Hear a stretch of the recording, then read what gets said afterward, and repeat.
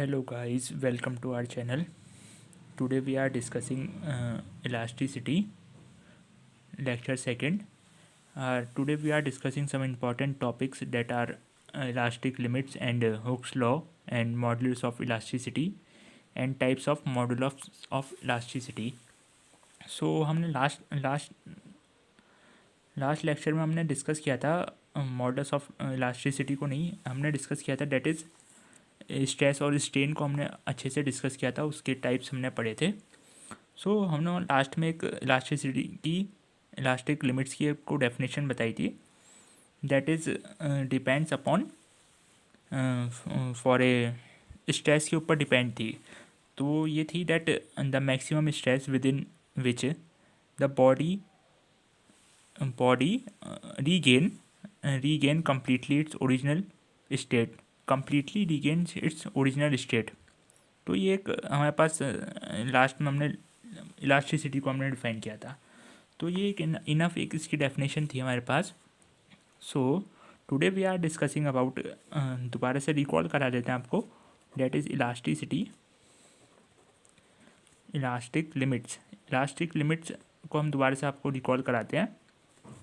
सो अगर हम कोई वायर लें ऐसे, उस पर एक लोड लगा दें, यहाँ पे लोड ऐसे टांग दें और ये ऊपर से रिजिड सपोर्ट है यहाँ पे, तो ऊपर से फिक्स्ड है ये, और ये वायर है। तो ये कुछ इसको थोड़ा सा मैं ऐसे दिखा देता है, एक वायर है ये, इसका कुछ क्रॉस सेक्शनल एरिया होगा, वो सपोज कर लो ए है, और इस पे लोड है।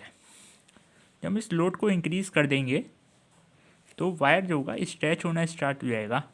तो कुछ ऐसे प्रकार के, अगर यहाँ पे मैं इसको दोबारा से बनाऊँ तो कुछ स्ट्रेच होके कुछ ऐसे हो जाएगा, इसकी जो लेंथ है ये इंक्रीज़ हो जाएगी। जब मैं लोड को इसको रिमूव करूँगा तो ये अपनी दोबारा से अपनी पोजीशन में पहुँच जाएगा।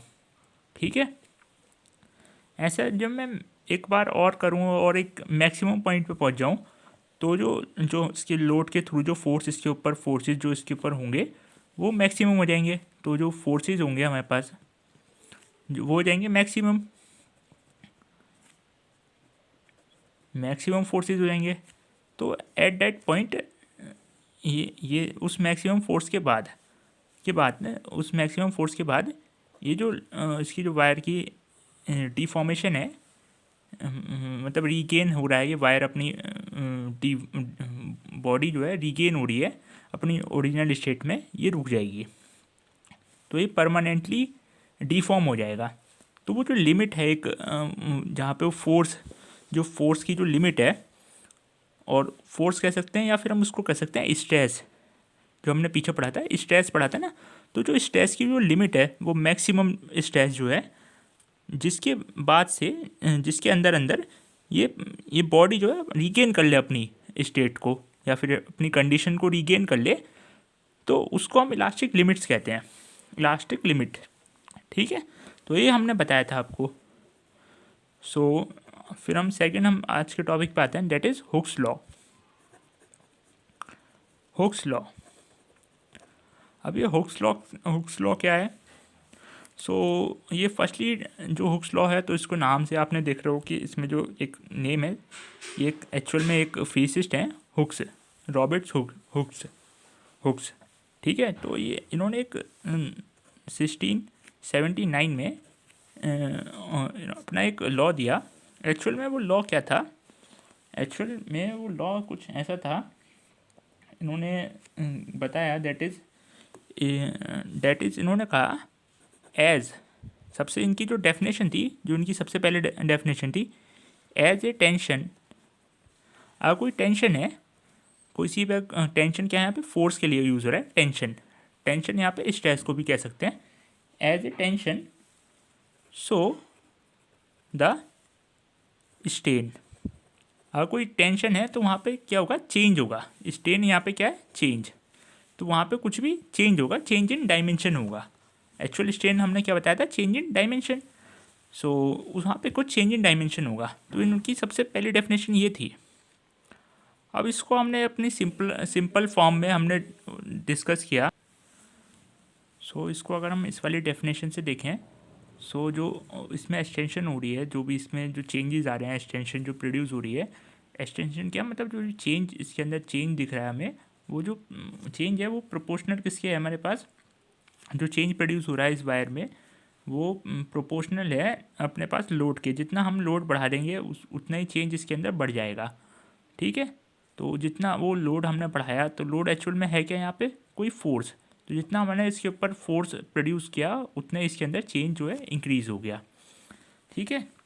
सो हम कह सकते हैं विद इन इलास्टिक लिमिट्स, कुछ एक लिमिट्स होंगी जहाँ तक within elastic limits within elastic limit the stress is directly proportional to the strain, ठीक है, to the strain, directly proportional to the strain, सही है। तो हम ये कह सकते हैं, तो यही एक्चुअल में था हुक्स लॉ। इन्होंने क्या कहा, इन्होंने एक्चुअल में इतनी सी बात कही, इसको मैं अगर एक दूसरी लैंग्वेज में और एक दूसरी डेफिनेशन के थ्रू अगर आपको समझाऊँ, सो इन्होंने इनका कहने का मतलब था प्रोवाइडेड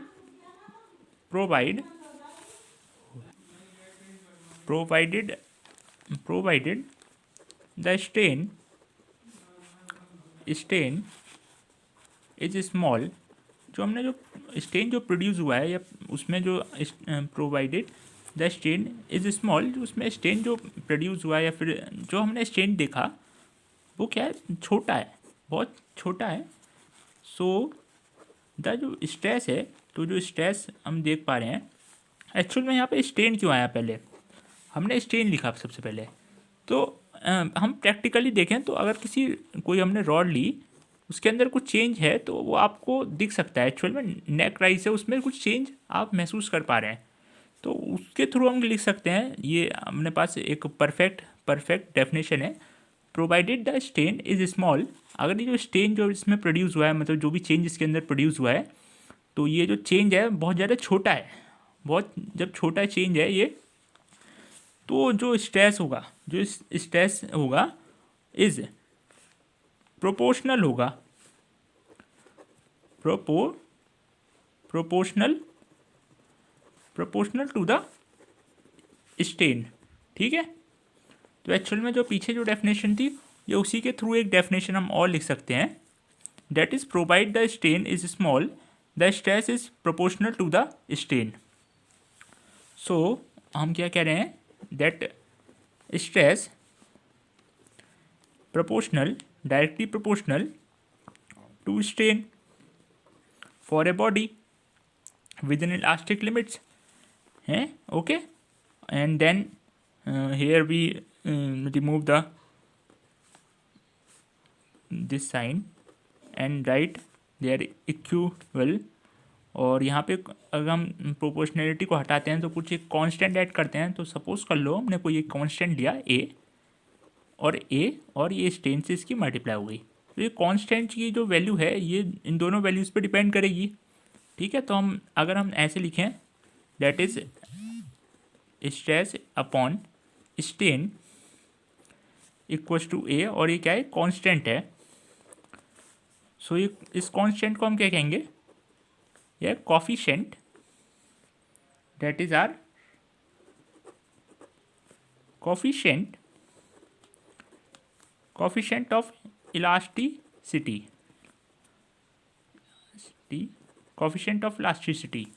ठीक है। और इसको अगर दूसरे में देखें तो इसको हम कह सकते हैं मॉड्यूलस ऑफ इलास्टिसिटी। एक्चुअल में ये जो मॉड्यूलस ऑफ इलास्टिसिटी था, ये हमारे पास दिया था यंग्स मॉड्यूलस ने, यंग्स ने दिया था, मतलब उनका पूरा नाम शायद क्या था, उनका पूरा नाम थॉमस यंग्स इनका पूरा नाम था। इन्होंने इसका सबसे पहले नामकरण करा, तो इन्होंने मॉडुलस कहा। और एक्चुअल में मॉडुलस ऑफ इलास्टिसिटी का अगर हम सिंबलिक देखें तो इसको ई से डिनोट करा जाता है, कैपिटल ई से। ओके। अब यहाँ तक आपको समझ में आया, ये एक्चुअल में हुक्स लॉ यही है, ये एक्चुअल हुक्स लॉ है। सपोज कर लो हमने एक हम सिंपल वही एग्जांपल दोबारा देखते हैं, और यहाँ पे हमने कोई बॉडी रख ली और इसके एक हम स्टैंड बना लेते हैं यहाँ पे। अभी तो ये एम्प्टी स्टैंड है, हम दोबारा यहाँ देखो, एक हमने क्या बना लिया, एक स्टैंड बना लिया, सही है। तो इसके अंदर जब हम लोड फिल करेंगे तो यहाँ पे कुछ ऐसे करके हमने लोड रख दिया, ये अपना लोड आ गया इसके ऊपर। तो जो इसकी एक्सटेंशन होगी ये कुछ इंक्रीज़ हो जाएगी, इसकी वायर की लेंथ कुछ इंक्रीज़ हो जाएगी। सपोज़ कर लिया डेल एक्स कुछ इंक्रीज़ हो गई, ठीक है। फिर हमने लोड रखा, फिर कुछ इसके अंदर इंक्रीमेंट होगा तो वो डेल एक्स दोबारा से इंक्रीज़ कर लिया, del X one, del X two, ऐसे करके कुछ और। फिर एक हमें पास एक एक एक एक वैल्यू मिलेगी जहाँ पे इसका जो लोड है, और जब हम जैसे एक बार हमने रखा, एक बार रखा फिर उसको रिमूव कर दिया, तो ये अपनी बॉडी जो है रीगेन हो गई, अपनी इसकी जो शेप है वो रीगेन हो गई। फिर हमने दो दो दो दो बार दूसरा दो लोड रखे, दो एक साथ, फिर देखा, फिर हमने उसको रिमूव करा तो बॉडी दोबारा रीगेन कर रही है। ऐसे करके एक मैक्सिमम लोड मिल जाएगा जहाँ पे बॉडी एक अपनी स्टेट को रीगेन नहीं कर पाएगी। तो वो जो मैक्सिमम लोड मिला, तो एक्चुअल में वो जो इसकी जो लिमिट हो गई ना, एक लिमिट हो गई कि इसके बाद हम रखेंगे तो वो परमानेंटली डिफॉर्म हो जाएगी। तो वो जो लिमिट है उसको हम इलास्टिक लिमिट कहते हैं। सो हम हुक्स लॉ को अगर डिफाइन करें तो हुक्स लॉ क्या है, within elastic limit the stress is directly proportional to the strain. यही तो एक सिंपल है, जितना इसके अंदर हम लोड रखेंगे जितना इसके ऊपर स्ट्रेस प्रोड्यूस होगा। स्ट्रेस क्या है, स्ट्रेस इस वायर में प्रोड्यूस होगा, तो जितना इसके अंदर स्ट्रेस प्रोड्यूस होगा उतने इसके अंदर स्ट्रेन होगा। तो जो स्ट्रेस है, stress directly proportional to strain, ठीक है। और इसको जब प्रोपोर्शनलिटी का साइन हटाओगे तो वहाँ पे कुछ एक कांस्टेंट आएगा, और इस कांस्टेंट का नाम है कोफिशिएंट ऑफ इलास्टिसिटी। और इसको यंग्स मॉडुलस ने कहा, ये वो मतलब क्या नाम है इनका, थॉमस यंग्स ने इसका नाम दिया, that is modulus of elasticity, ठीक है। और इसको किससे, ई से डिफाइन किया। तो ई इक्वल्स टू हम क्या कह सकते हैं, so E equals to stress upon strain कह सकते हैं। तो एक्चुअल में ई क्या हमें क्या इसका सिग्निफाइज क्या है, ई क्या सिग्निफाइज करेगा, ई अपने को क्या सिग्निफाइज करेगा, ई हमें बता सकता है, स्ट्रेंथ बता सकता है एक्चुअल में क्या स्ट्रेंथ है मटेरियल की, ठीक है। ई हमें स्ट्रेंथ बताएगा, तो यहाँ पे लिख लो स्ट्रेंथ, ई स्ट्रेंथ बताएगा। अगर ई हमें क्या बताएगा, स्ट्रेंथ बताएगा। अब ई की जो क्लासिफिकेशन थी, अगर हमने आपने क्या पढ़ा था, स्ट्रेन को हमने 3 पार्ट्स में डिफाइन किया था। कौन कौन से थे, टेंशियल स्ट्रेन, और दूसरा था अपने पास वॉल्यूमेटिक वॉल्यूम के डिफाइन किया था हमने, और एक तीसरा हमने डिफाइन किया था दैट इज शेयरिंग स्ट्रेन। तो 3 टाइप में हमने स्ट्रेन को डिफाइन किया था। तो उसी मैनर में हम ये जो ई है मॉडुलस ऑफ रिजिडिटी को 3 पार्ट्स में डिफाइन कर सकते हैं। मॉडुलस ऑफ रिजिडिटी को हम मॉडुलस ऑफ रिजिडिटी नहीं है, ये मॉडुलस ऑफ इलास्टिसिटी है, मॉडुलस ऑफ इलास्टिसिटी को हम 3 पार्ट में डिफाइन कर सकते हैं। तो पहला आता है हमारे पास यंग्स मॉडुलस, जहाँ पे हम टेंजेंशियली हम स्ट्रेस देखेंगे, तो ये आएगा यंग्स मॉडुलस,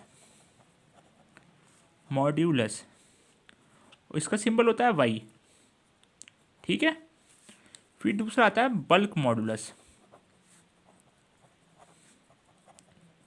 इसको हम डिफाइन कर सकते हैं के से, और कभी कभार इस के को कापा भी कहते हैं, ठीक।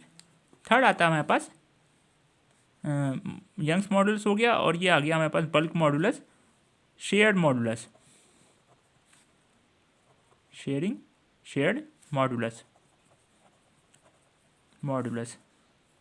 ठीक है। इसका सिंबल हमारे पास अपने पास इसका सिंबल होता है अल्फा, ऐसा कुछ होता है, ठीक है। सो इसको ऐसे करके हम डिफाइन कर सकते हैं 3 पार्ट में। इसका कई कई बुकों में थीटा भी दे रखा होता है इसका सिंबल, और वैसे होता यही है। ठीक है, तो ऐसे इसको 3 पार्ट्स में डिफाइन हमने किया। तो अभी इसके बारे में हम पढ़ेंगे, अपना नेक्स्ट लेक्चर होगा, इन तीनों के बारे में हम अच्छे से डिस्कस करेंगे। अब हम हमारे पास जो टॉपिक था अपना, हमने जो अपने टॉपिक लिए थे आज के लिए, तो 2 टॉपिक हमने आपको आज बता दिए, that is elastic limits and Hooke's law, और क्या है modulus of rigidity, modulus of elasticity. तो वो भी हमने आपको समझा दिया क्या होती है मॉडुलस ऑफ इलास्टिसिटी। अगर कभी कभार इसकी डेफिनेशन पूछ ली जाती है, तो इसकी डेफिनेशन आप लिखना चाहो तो आप लिख सकते हैं, modulus of elasticity is define as the ratio, actual में है क्या ये रेशियो, तो है ratio of stress to corresponding जितना करस्पॉन्डिंग प्रोड्यूस स्ट्रेन। ठीक है, ओके, तो सिंपल है, इसको हम डिफाइन कर सकते हैं। और with in strain produce strain with in elastic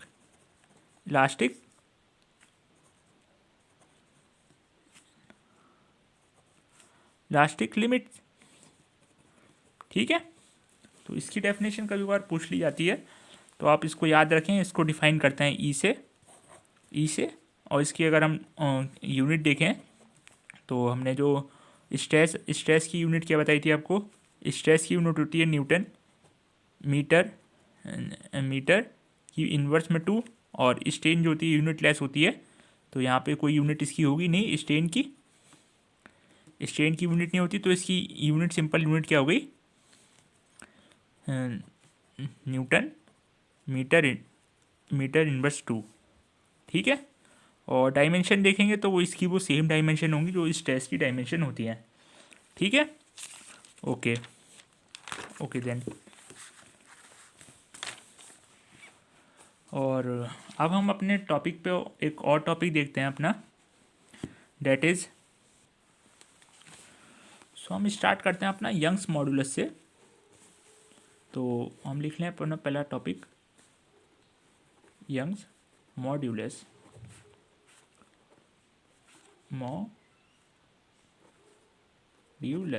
Young's modulus. ठीक है, सो यंग्स मॉडुलस होता क्या है, इसकी अगर हम डेफिनेशन की बात करें, सो सिंपल है, इसमें विद इन इलास्टिक लिमिट्स के अंदर इलास्टिक लिमिट्स। ठीक है, the ratio of the stress and और यहाँ पे स्ट्रेस कौन सा होगा हमारे पास, टेंशियल स्ट्रेस होगा। और इसको क्या, टेंशियल स्ट्रेस को और क्या कह सकते हैं हम, लॉन्गिट्यूडनल स्ट्रेस, लॉन्गिट्यूडनल अपने पास लॉन्गिट्यूडनल, ये क्या अपने पास लॉन्गिट्यूडनल स्ट्रेस। ठीक है, लॉन्गिट्यूडनल स्ट्रेस, और 2 किसके रेस्पेक्ट में, टू लॉन्गिट्यूडनल स्ट्रेन। ठीक है, लॉन्गिट्यूडनल स्ट्रेन, तो इसको हम कैसे लिख सकते हैं, y इक्वल्स टू, यहाँ पे हम लिखेंगे अपना लॉन्गिट्यूडनल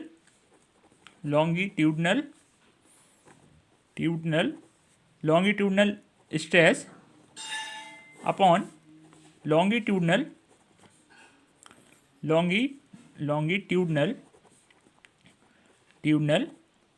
स्ट्रेन। ठीक है, और हमने अगर फोर्स का उसमें स्ट्रेस का फॉर्मूला देखें तो F/A होगा, और लॉन्गिट्यूडनल स्ट्रेन देखें तो डेल L।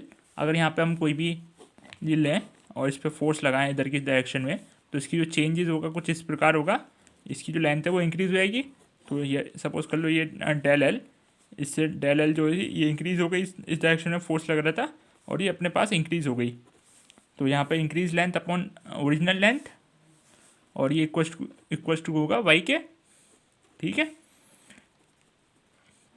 सो यहाँ से हम कह सकते हैं एफ अपॉन ए और multiply L original length upon change in length. Okay, तो आप ये इसके पास फॉर्मूला बन गया। अगर हम कहीं पे भी इक्वेशंस में पूछा जाए तो हम ये लिख सकते हैं।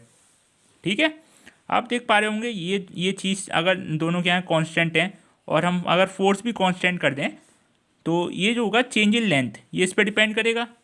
ठीक, अगर हम क्या कह रहे हैं, हम ये कहना चाह रहे हैं अगर फोर्स भी यहाँ पे कांस्टेंट है और तो हम इसको एफ डैश लिख लें या एफ सी लिख लो। अगर फोर्स यहाँ पे कांस्टेंट है और यहाँ लिख लें एल अपॉन ए, दोनों चीज़ें कांस्टेंट है विद इन इलास्टिक लिमिट, तो ये डेल ए होगा, ये पूरा डिपेंड करेगा डेल ए पे। डेल ए क्या है, चेंज इन लेंथ। तो अगर ये चेंज इन लेंथ कम होगी तो वाई की वैल्यू क्या होगी, ज़्यादा होगी। लिख सकते हैं अगर ये चीज़ कम है तो ये वाई की वैल्यू क्या होगी, ज़्यादा होगी। हैं, अगर जब वाई की वैल्यू ज़्यादा होगी तो वाई की वैल्यू अगर ज़्यादा होगी तो वो क्या होगा, उसकी जो वो क्या मोर इलास्टिक बॉडी होगी। तो जिसमें वाई की वैल्यू ज़्यादा, so more the Young's modulus more be the elastic. ठीक है, तो उसमें इलास्टिक जो होंगी वो इलास्टिक की जो बिहेवियर होगा वो ज़्यादा होगा। ठीक, लिख सकते हैं हम। ठीक है, और यहाँ पे अगर हम क्या ले रहे हैं, अगर वायर ले रहे हैं तो उसका मतलब वायर का जो रेडियल लिखेंगे तो पाई आर स्क्वायर लिख सकते हैं। तो आप चेंज भी कर सकते हैं, आप लिख सकते हैं इसको। तो Young's modulus of elasticity is equal to the force required to extend a wire with per unit length. अगर इसको हम अपनी जो डेफिनेशन से देखें, अगर पर यूनिट लेंथ को कितना इंक्रीज़ कर रहे हैं, ठीक है, तो पर unit length to A per unit area, तो जो भी फोर्स इसके इक्वल आएगा वो इसके ऊपर आएगा, तो इसके ऊपर डिपेंड करेगा। तो अगर हम इसकी जब भी हम कोई भी क्वांटिटी पढ़ते हैं, कोई भी एक नई क्वांटिटी पढ़ते हैं तो उसकी एक हम डेफिनेशन अपनी बनाते हैं और उसकी वजह से हम उसकी डायमेंशन और उसको डिफाइन करते हैं। तो हम इसकी डेफिनेशन अगर हम देखें तो हम कह सकते हैं मॉड्यूलस, वो Young's modulus of elasticity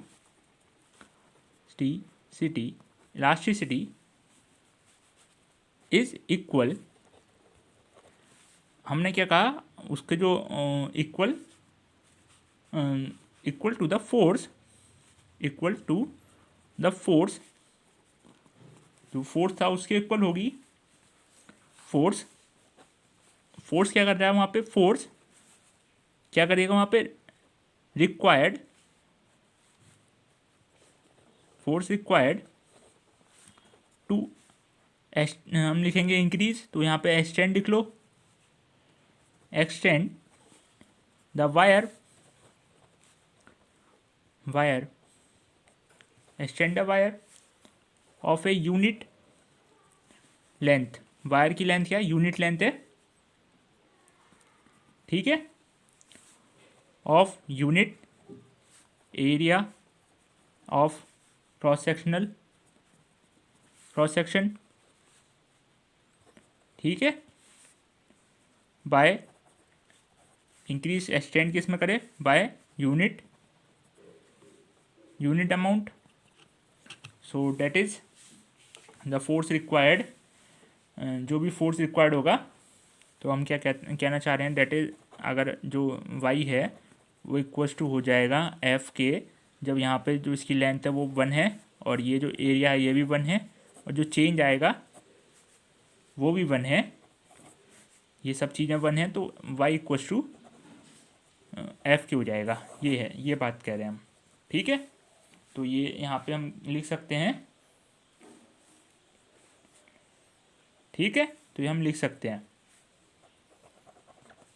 so simple है। अब इसकी डायमेंशन देखेंगे तो इसकी डायमेंशन में अगर देखना चाहो तो हमने क्या बताया इसको, स्ट्रेस स्ट्रेस अपॉन स्ट्रेन बताया, स्ट्रेन स्ट्रेस अपॉन स्ट्रेन बताया था। तो जो स्ट्रेस अपॉन, हमने इसको स्ट्रेस अपॉन स्ट्रेन बताया ना आपको। तो स्ट्रेस क्या होती है, इसकी डायमेंशन होती है न्यूटन मीटर की मीटर इनवर्स 2, ठीक है, मतलब m⁻⁻², ठीक। और ये होती है डायमेंशन लेस, तो इसकी जो यूनिट हो गई ये भी ऐसा यूनिट ही होगी, ठीक है, लिख सकते हैं ऐसा यूनिट। और सीजीएस में लिखोगे तो न्यूटन की अगर सीजीएस में फोर्स की यूनिट सीजीएस में क्या होती है, डाइन, तो डाइन, ठीक। और मीटर की तो आपको पता है सेंटीमीटर, तो उसका स्क्वायर कर देंगे तो डाइन पर सेंटीमीटर स्क्वायर, ठीक है। सो इतना ही है। तो हमने क्या देखा है यहाँ पे, हमने यंग्स मॉडल्स को डिस्कस कर लिया। और इसी के लिए अगर हम देखें अपने किसी भी वायर के लिए उसमें चेंजेस देखें, मतलब एक ग्राफ बनाना चाहें हम स्ट्रेन और स्ट्रेस का, और उसमें चेंजेस देखना चाहें कि जब हम लोड इंक्रीज़ कर रहे हैं तो क्या क्या चेंजेस उसके अंदर आएंगे, और जब हम स्ट्रेस को इंक्रीज़ कर रहे हैं तो क्या क्या चेंजेस उसके अंदर आएंगे। तो सपोज़ कर लो कोई भी हमने एक वायर को हैंग कर लिया, उसके ऊपर लोड रख दिया, और ये लोड को हम इंक्रीज़ कर दिया, ठीक है। जब लोड को इंक्रीज़ करोगे तो जब तक इसकी इलास्टिक लिमिट्स होंगी, तो हमने क्या पता है कि जो इसके रिलेशंस हैं वो क्या हैं, जो हमारे पास स्ट्रेस है वो लीनियर रिलेशनशिप में है, किसके साथ, स्ट्रेन के साथ लीनियर रिलेशनशिप में है। तो यहाँ पे जो ग्राफ बनेगा वो स्ट्रेट लाइन बनेगा विद इन इलास्टिक लिमिट, ठीक। फिर इसके बाद क्या होगा, अगर यहाँ पे क्या ले लें, स्ट्रेस ले लें, ठीक है, और यहाँ पे स्ट्रेन ले लें, तो अगर स्ट्रेस अगर इंक्रीज़ हो रहा है तो जो उसका स्ट्रेन जो है तो वो उसमें भी कुछ इंक्रीजमेंट आ रहा है। लेकिन कुछ टाइम के बाद इसका जो ग्राफ होगा वो उसमें क्या आएगा, कर्व आ जाएगा, एक कर्व मिलेगा हमें। तो अगर यहाँ तक इसका क्या है, ये ए पॉइंट है, तो यहाँ पे इसका लिमिट पॉइंट है। इसके बाद आके इसमें कर्व में चेंज होने लगा, तो कुछ एक इसका क्या मिल गया, एक लिमिट पॉइंट मिल गया हमें। तो दैट इज़ आर लिमिट कहते हैं उसको, तो वो इलास्टिक लिमिट है। और उसके बाद कुछ कर्व ऐसा कुछ बनेगा। तो यहाँ पे अगर कोई हमें दूसरा पॉइंट मिला यहाँ पे बी, और तीसरा मिला यहाँ पे सी, और लास्ट मिला यहाँ पे डी, तो ऐसा करके हम चेंजेस इसमें देख सकते हैं, ठीक है। तो अगर हम दिखाना चाहें तो जो भी आपने ग्राफ देखा उसको अगर एक्सप्लेन करना चाहो,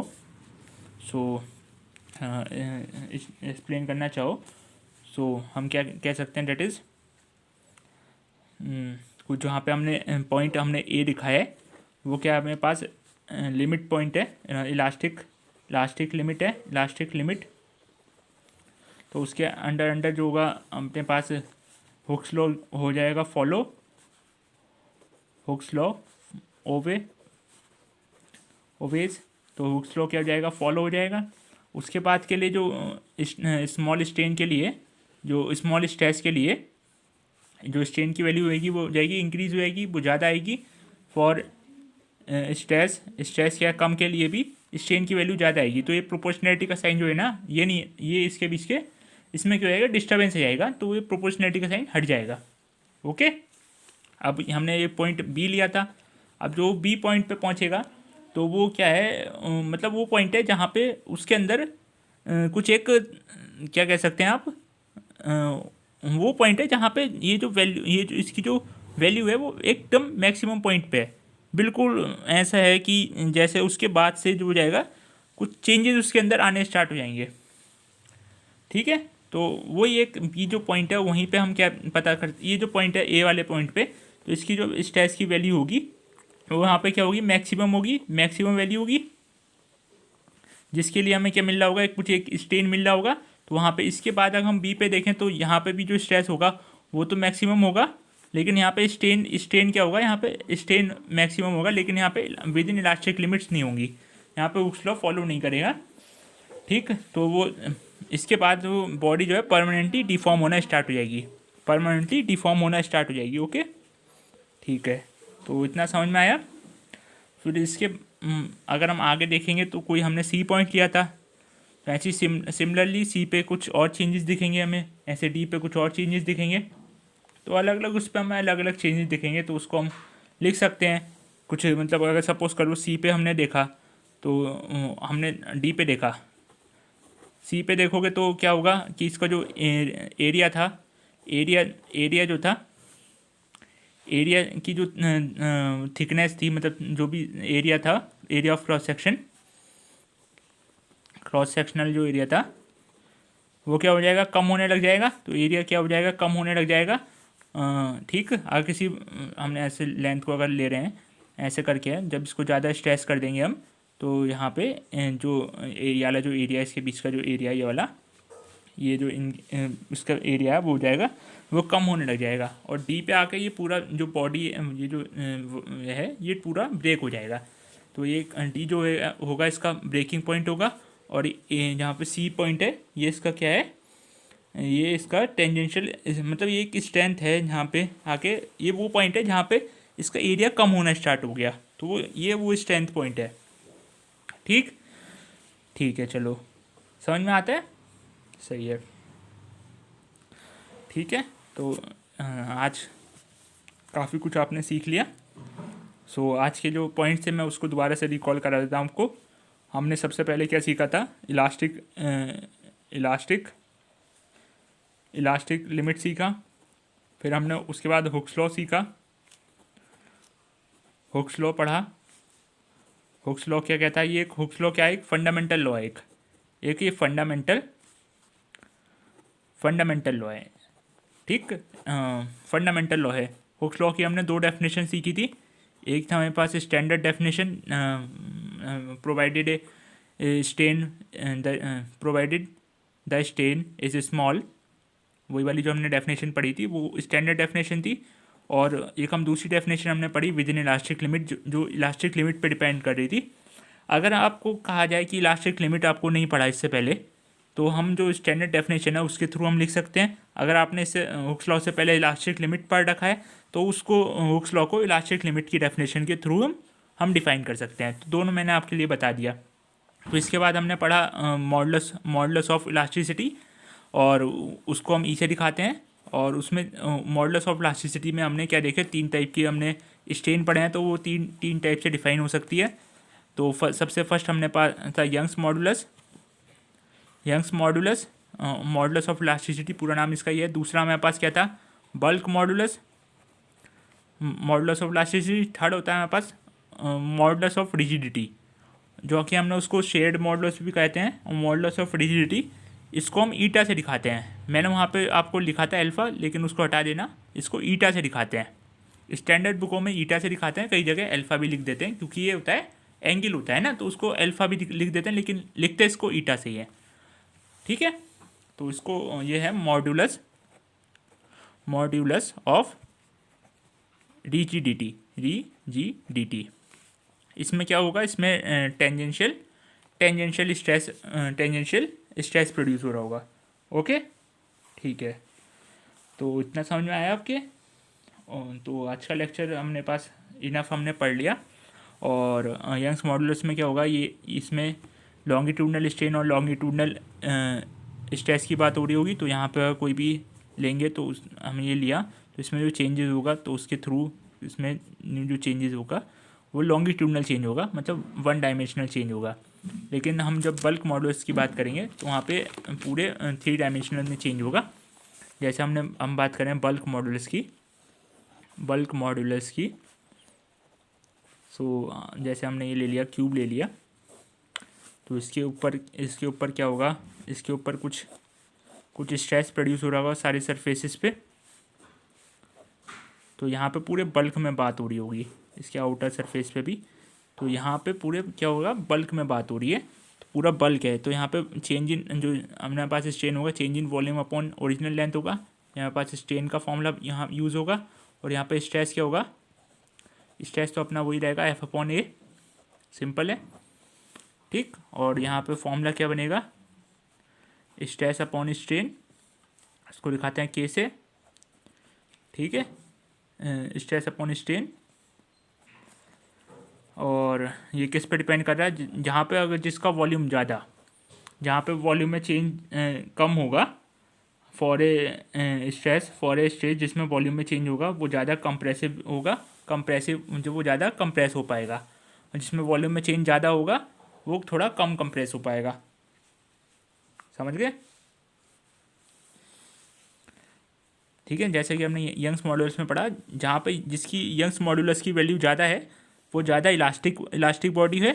तो जैसे हमने रबड़ ले लो, आप सपोज कर लो कि ये हमने रबड़ ली, ये हमने क्या ले ली, रबड़ ले ली। तो इसकी अभी जो लेंथ है ये आप कह सकते हैं बहुत छोटी है, जब इसको स्ट्रेच करेंगे तो यह बहुत ज़्यादा स्ट्रेच हो पा रही है। आप देख पा रहे हो कि बहुत स्ट्रेच हो पा रही है ये। सो ये क्या है, एक इलास्टोमर है। इलास्टोमर एक होता है इलास्टोमर जो अपने लेंथ से ज़्यादा स्ट्रेच हो पाता है। तो ये एक इलास्टोमर है, एक रबड़ क्या है, एक इलास्टोमर का एग्जाम्पल है। और अगर हम बात करें किसी भी मेटेलिक सॉलिड के बारे में हम पढ़ें, तो सॉलिड के पास कुछ प्रॉपर्टीज़ होती हैं जिसको हम कह सकते हैं कुछ फिजिकल प्रॉपर्टीज़ होती हैं। जैसे हो गई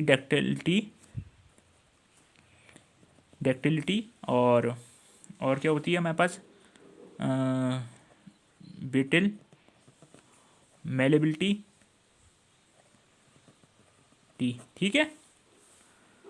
तो ऐसा करके कुछ प्रॉपर्टीज़ होती हैं, तो उसके लिए जो उसका जो ग्राफ होगा वो कुछ डिफरेंट ग्राफ बनेगा, कुछ चेंजेस आएंगे, तो उसको हम अगले लेक्चर में सीखेंगे।